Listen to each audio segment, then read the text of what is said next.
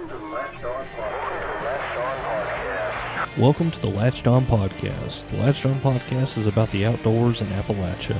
Everything from hunting, fishing, camping, hiking, bushcraft, and woodsmanship, and digging into the depths of what makes this area of Appalachia so unique as a whole. It's time to strap in for the Latched On Podcast.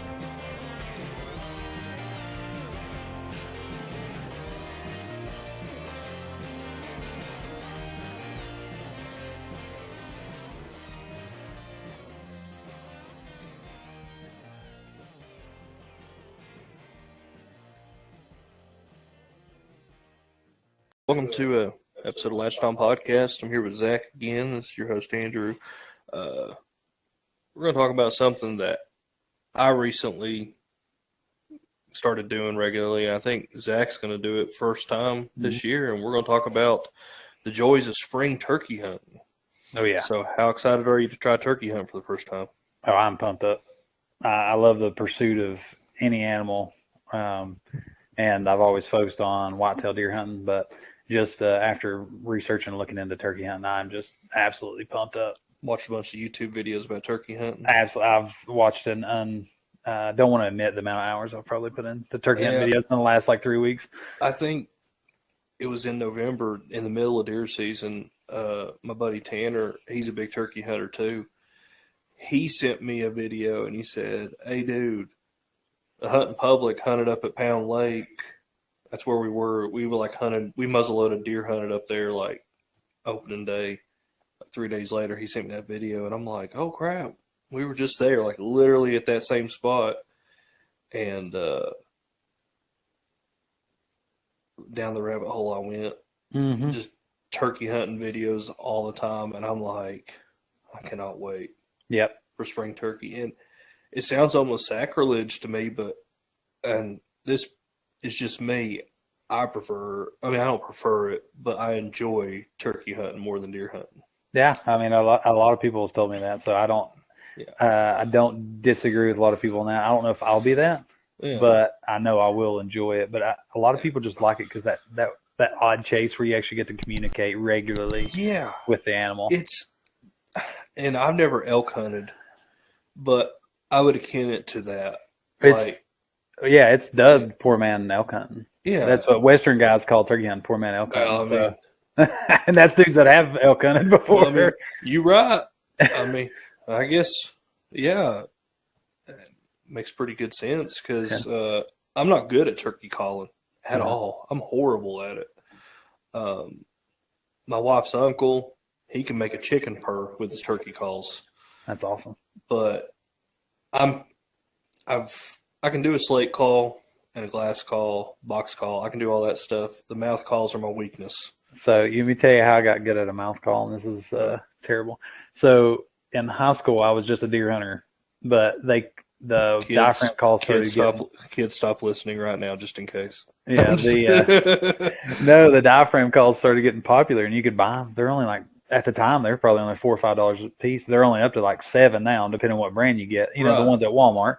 I bought one and learned how to use it, and I would take it to class and put it in, and I would torment my teachers because they couldn't tell where it was coming from. Whoa. Which teacher? I don't even remember. Don't even remember because we went to the same school. You're just a couple grades below me. So I'm trying to think. I couldn't remember I did it to about every one I probably had. It was to the point where I would have been suspended. They were so mad, I would have been suspended, out of school, because I had them so upset. Well, if one of our school teachers is listening to this thing, just know it was Zac. Yep, it was me. The statute of limitations is definitely up on that. Yeah. So we had a guy come up to the property, and you saw it when you came in. He logged the property. He's a big turkey hunter, and he actually gave me 2 diaphragm calls from Cane Creek Calls in Jenkins. Yep, he's right over the hill here. Right over the hill, and I tried his initiate beginner's turkey call. Easiest turkey call I've ever called on. Oh yeah. Yeah, it sounded like I didn't even have to really try. Okay. And it made a pretty good, like a little turkey yelp. Yeah, that guy over in Jenkins, I can't remember his name off the top of my head, but Cane Creek Calls, he's been making calls for almost 30 years now. And he's not like super known. No, he is in our area just because he's so local. But yeah, his stuff is just as, I mean, I'd go as far as to say, and this is coming from somebody. So I work with a guy. He is a diehard turkey hunter and has been his entire life. Mm-hmm. And I talked him into this year where I've never been turkey hunting. He's actually going to take me on opener. Mm-hmm. And he is like, this guy can call like I've never heard people call before. And he had, I mean, he just pulled out boxes and boxes and bags of just box calls, slate calls, glass calls, diaphragms and everything. And he had mentioned how he's used Cane Creeks for 20 years and he loves them. And they get up there just as good with the zincs. And, you know, everybody's tried a Primos, and I'm not down in Primos in any way, but that's just your Walmart. You know, that's what every Walmart in America carries. You get Primos, Woodhaven, stuff like that. I got a couple of them, and like I said, easiest call I've ever made a call on. Yep, and it's a Cane Creek. It's a local. And it's a local guy that just started his own little company in Eastern Kentucky. So if somebody big just noticed that, he'd explode. Yeah, but maybe he just likes staying maybe he likes being a little hole in the wall and just supplying local regional people, and that's totally fine. Yeah, he still supplies Cold Guard. As little stuff as they have now. They have a few of his diaphragm calls in there. And I haven't been to Cold Garden forever. They have Turkey Load. Anybody local that's listening, they do have some. I want to say they're Longbeard XRs for 3.5 inch and 3 inch 12 gauge. See, I actually have a guy at work. He loads shotgun shells, and he loaded me 10 turkey loads. You need to. I patterned them a couple weeks ago, and they patterned really good. Okay. That's what I'm talking about. So this is going into the gear nut over here. So I actually have a 410 Mossberg turkey gun, and I know people have their reservations, I guess, maybe about using a 410. Right. But Mossberg made it to turkey hunt, and I have a 12 gauge turkey gun.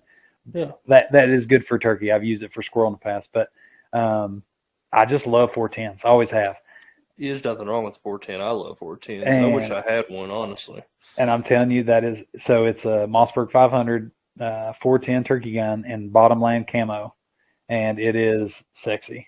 Yeah. And if I got the leafy green bottomland, and it's actually optic cut, so you can put a pistol red dot on it at a later date if you want. But it has a great fiber optic front sight. So, but the owner of Beverly's Gun and Pawn Shop down in Coburn, where I get 90% of my stuff, he got one in. He used it to pattern with, and he threw an extra full choke. I can't remember what brand. But he was shooting and he was patterning out to like almost 60 yards with a 410, which is impressive. And he liked it so much he ended up buying his first one. He bought his first one from his place, and then I put another one on layaway, so I'll get it out right before turkey season starts. I bought me a Maverick 88 Mossberg Rural King, and I have one already. I bought a Maverick 88 at Dick's Sporting Goods. It was way before Dick's Sporting Goods got in that controversy about stopping to sell ARs and all that stuff. But I bought one just for home defense. Got it up there in the bedroom. But I bought another one, and it came with a 28-inch barrel or whatever the standard barrel is. Got it specifically for turkey hunting. Yep. I'm like, I got a Remington 870. It's an old Wingmaster, but you can't put chokes in it. Okay. Which it's a full choke, which is not bad for turkey hunting. Yeah, it's not adjustable though. A lot of people like to adjust it. I like that adjustable thing. And so I bought that Maverick, put a turkey choke on it, and then pattern those turkey shells at 25 yards. And if I have a turkey head right on my bead, that turkey ain't moving. There's a good chance that turkey's head's going to be gone. Yeah, 12 gauge at 25 yards is close. Yeah, so I tried it at 25. I might try it at 40 at a later date, right before turkey season, just to see what it patterns at 40 yards. Yeah, that's that guy that's taking me. That's what he was practicing with some different chokes that he had got, and he was telling me that he likes to do it about 40, and then he'll push out to 50. But he's using like Benelli's and Parsons chokes. Like that's what this one is, Carson's choke. Okay, yeah, he's got money in his stuff, so he's pushing out to 50 sometimes, depending on the loads and stuff. But yeah, that's what I got. That 12 gauge. I'm gonna use it. I told him I was going to take a bow, and my guy at work was freaking out because he's he's talking about how, I know they could see good and all that, but I'm just I'm if definitely if you're in a blind, yeah, those and are that's what perfect. we were gonna try and run a gun in the Yeah. woods, and he was like, "You're a psychopath for trying to take a bow," but I'm just that bullets, or I'm a broadheads before bullets kind of guy. Right. I say that, and I killed my deer with a rifle this year, but Like I said, it was that weird thing about deer season. It's like they were never where they needed to be during bow season. But by God, as soon as the rut kicked in and muzzleloader and rifle kicked in, they were yeah, right where we needed them to be. I don't yeah, understand it. Maybe yeah. I have a problem with pattern early season bucks, but that's a podcast for Yeah, another time. that's a whole other podcast. Yeah, I ended up getting mine in the late season. It was probably a late or a second rut buck is probably what it was. But the crazy thing is I put real quick and I'll be done. I probably 80 hours of sit time with a bow in the tree and shot that on the day before the last day of rifle season, and he was just shy of bow. Like he would have walked into bow range if I'd have let him. That's how close he got. And I had a rifle in my hand. I was like, man, if And it's ironic how it happens that way too. Yeah, I shot him at maybe 55 yards with a rifle, and if I'd have waited another 5 seconds because he was walking at a good pace, he'd have been in bow range. He'd have been within 40 yards. So, but it's just like you said, it's how it works. Yeah. So even though I love turkey hunting, I didn't even get a turkey last year. Now I went turkey hunting multiple times. Mm-hmm. My buddy Tanner, he got one while we went hunting. I think it was opening day, and we went up to Pound Reservoir. I went on National Forest everywhere, looked for turkey sign, made calls, and it just seemed like maybe it's just me, but the turkeys just never made a noise. I never heard any gobbling. So the experienced guy that I'm relying on, he talks that some years they just don't gobble. Yeah. And this is not me talking from my experience. So anybody that's out there listening, this is me just kind of repeating some dudes that I have a whole lot high respect and a lot of regard for. He's just saying some years they just don't gobble. Yeah. And it's just. I had a trail camera on my property. I ran it from February until May. The only thing I got on that camera was 4 hens, and I got 1 gobbler.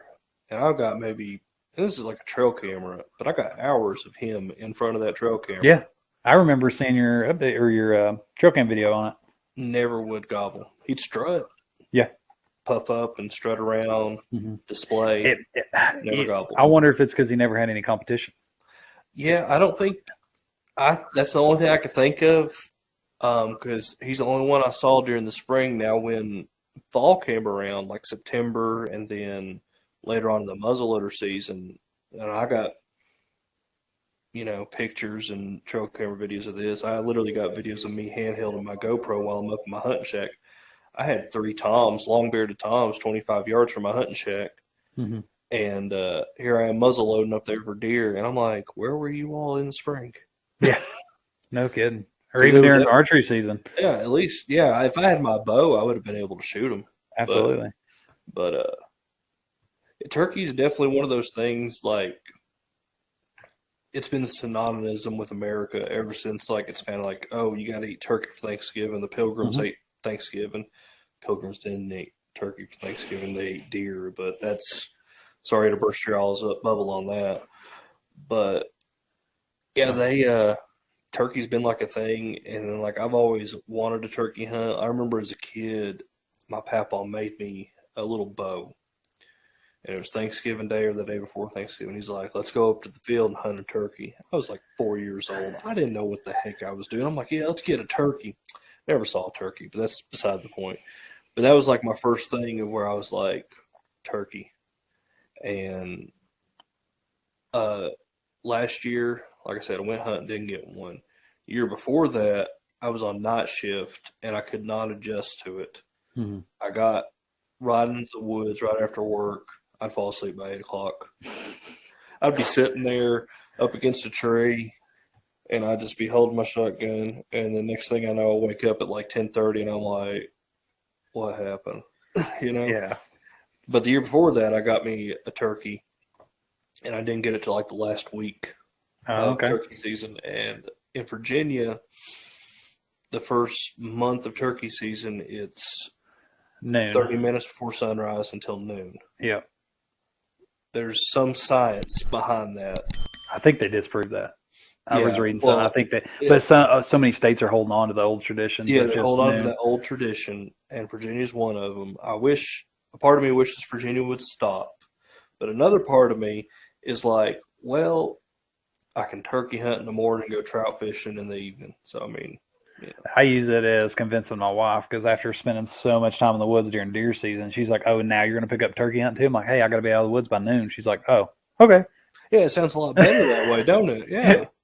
Yeah, so she probably wishes they do that for deer season too, but I'm glad they don't. But it's like I'm stuck on it for only half a day, honey. I'm the same way with my wife. Like, I'll tell her. I'll go in at 4:00 in the morning. They're like, she's like, "Well, how long are you going to be?" And I'm like, "Well, it's over at noon." So yep. Yeah, I'll be walking out by then anyway. Yeah, I'll be at least at the house by 1. And they're like, "Oh, that's not too bad. You're going to bring lunch, or I'll have lunch ready for you." And it's like, there we go. Just roll out the red carpet for me, why don't you? Yeah, that's what. No, I just after like you and a lot of my other friends that do turkey hunt, and I got a good buddy at work, and he's a pretty diehard turkey hunter, and I'm getting him into diehard just archery in general. So we're doing a trade off. He's been showing me a bunch of turkey stuff, and he just ordered a bow, and I've been kind of guiding him on the archery side of things. So we're pretty excited for that. But let's see what I was going to hit about the turkey stuff. The getting new calls, because even though I used to be good with a diaphragm, messing with my high school teachers, I hadn't done one in so long, so I had to buy some. And of course, I didn't have those ones I had then. And practice with them is a big thing. I was going to tell everybody. As soon as deer season's over, I start diaphragm practicing. I get on YouTube. Mm-hmm. I'll watch a little refresher instructor video. Yep. And techniques, and then I'll listen to actual turkeys yelping. Yep. Just try to get as close as I can to that sound. And that's what I mean. I've watched videos, and then, like I said, talking to the people that my turkey hunting mentor, he said you'll hear the worst sounding turkey ever and think it's just some dude calling like just awful. He said it's actually a real turkey. He said and then you'll be walking through the woods and hearing the best sounding hen you've ever heard, and you walk up and it's an extra human. He said the turkeys are just like humans. Some can sing and some can't. So don't always think you have to be the best turkey caller to call in turkeys, because they can sound just as bad as we can. Now, I was listening to a podcast actually yesterday, and he brought up a really good point that he never uses a turkey call to locate a turkey. Okay. Because say you're using a locator, you're just going, you're doing your little yelps. That gobbler may not even gobble, but he may be coming to you. Yeah. And then you don't hear nothing, and then you're like, I'm gone. Move on to another spot. And then he gets up to your spot, and he's like, where's the girls at? Yeah, that's a good theory. So he says he uses hoot owl calls and crow calls for almost all of his locators. Yeah. And I'm like, that makes sense. So it may be something I try.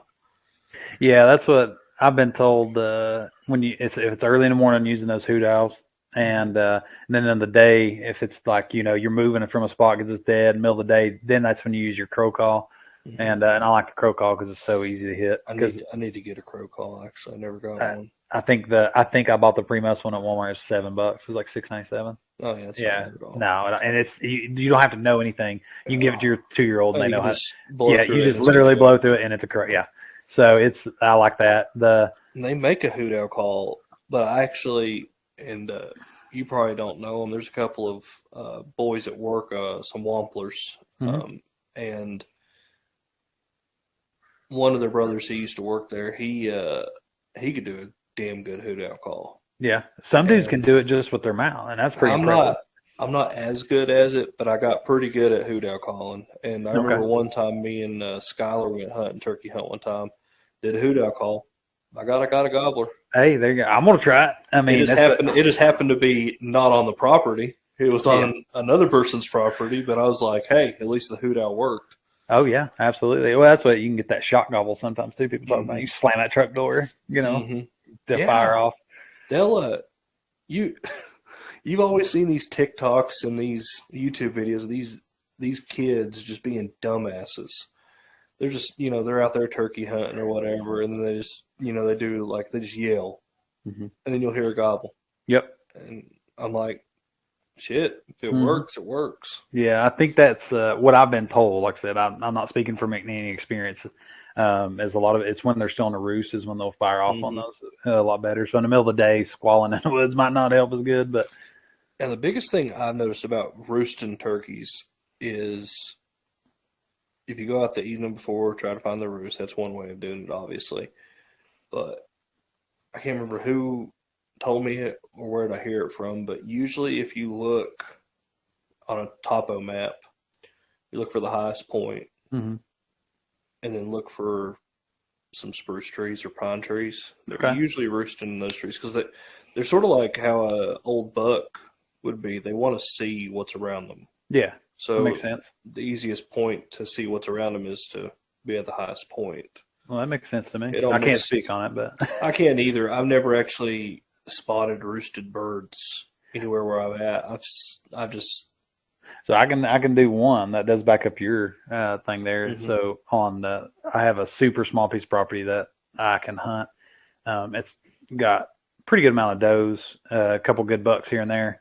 But I was actually early season scouting. I think it was like September because it was before deer season. I walked up to the top. It was actually probably the second highest peak on that property. And the other highest peak was on the other side of the property. And it's only about 30 something acres. So, right. But there's a old oak up there, and it's the biggest oak tree I've ever seen in person. Like on just in the wild. Like I've seen the one in another state that was like a monument thing, but it's enormous. Like, and it has a bunch of like gnarly limbs sticking out of the top that are literally as big as regular tree trunks. Like regular size oak trees is the limbs coming out of this tree. One of them and yeah, it's huge. Yeah. And I thought I was getting attacked by Chinook when I was deer scouting because I wouldn't even think about turkeys. And I walked right under that tree because it drops a lot of acorns. And that's what I was up there looking for and seeing where the deer were moving through and feeding and stuff. And they come out of there. It was the sun had already went behind the horizon. I was up there right after dark, just looking around with my light. And they come out of that tree and they were roosted on a highest point in a big gnarly tree with all kinds of good limbs on it. So. That makes sense. So that kind of makes me think, yeah. And they had something to eat too. So as soon as they flew down, they had the acorns, right there.